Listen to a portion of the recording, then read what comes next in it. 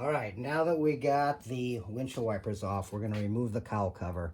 And to get that, you're gonna have to, there's a rubber thing in here and it's two pieces. Can you see that, Jake? This bottom piece goes with the cowl and the top piece stays with the windshield. The way I did it was I removed this just up enough to get under here with a pry tool.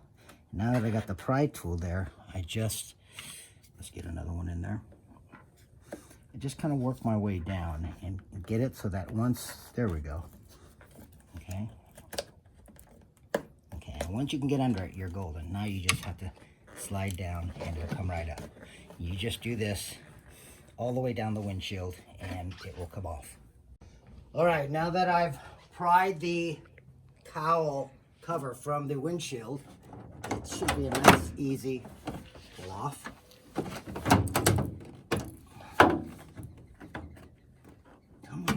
on, come to Pappy. There we go. And there we go. Excuse the dirty mess, it's been sitting for a little bit. You can cut. Now that the cowl cover is removed, we're gonna have to remove the cross panel.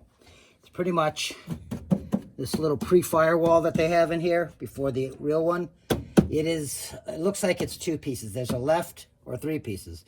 There's a left, right, and center. For the high pressure fuel pump, we're gonna be removing the left. For the vacuum pump, which will happen hopefully tomorrow, we're gonna remove the right. For now, we're gonna remove the left, and we're gonna give you instructions to remove that, starting with these two bolts. And they look like 1, 2, 3, 4, 6 points.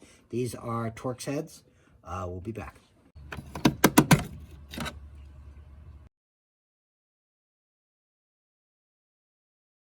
All right, so we've removed the 3 T30 Torx screws from the cross panel. There was one here, there was one here, there was one right up under here. I've dislodged both little connectors from the firewall. I used the pry tool to take this off of here, and that can just stay there. That does nothing. And at this point, this panel should be ready for removal, and let's give it a shot. There it is. All right. The panel is removed, and that's what we're staring at right now. And let's see this little fuel pump that we got to get at. All right, well, there's the fuel pump. And we're gonna go on now to actually removing the fuel pump. That was a little bit of prep work, not too bad though. The next stage is getting this crash bar off, and it's a little black bar you see down there. It's a little black plate actually. It is attached with 3 10mm bolts. So I'm using a gear wrench to get it loose, and then I'm hand removing them after that, and we'll see how that goes. But that's the next step. With the crash panel removed, we now have access to these hex bolts. There's 2 of these. They're below this high pressure fuel line. There's also one more bolt sitting under this guy. You can feel it with your finger. My first step is going to remove this, put some rags under it to catch any gasoline coming out. And then I'll be removing 2 of these. There's one of these, there's one right below it. And then I'm gonna come over here, I'm gonna remove a bolt, which I'm assuming is a 10mm, but we'll see. We'll be back. So I'm now removing these long hexagon bolts.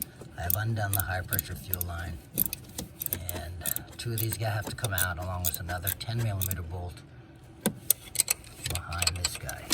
So I think I can get this with my hand right now. Let's see, there we go.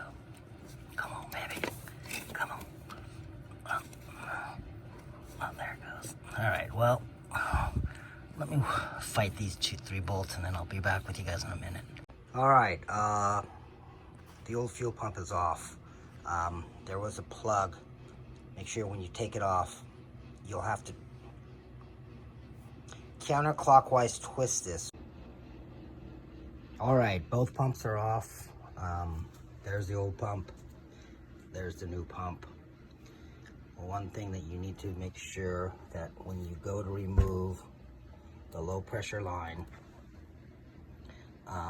note the orientation of it, because it has to go on the new pump exactly the same with the same curve. So on mine, it was pretty much in a straight line with this high pressure inlet, and it just came straight up. I think there has to be whatever 18 to 22 millimeters between the two for a turbo, and something like 8 for a non-turbo, which I think the fuel pump itself has a separation there. So just note the orientation before you go to put them back together. The fuel pumps 10427. They do have different numbers. Here we go. The old pump 100 427 30408, 190 328 10258. So they are different numbers. They look identical. I did buy a rebuilt unit from Suncoast Parts for $1,750. I get $300 and some odd back for core charge. They request that you put the caps on the core as soon as you take it out of the car, which I'm going to do. And here we go. We're going to go on to the install now.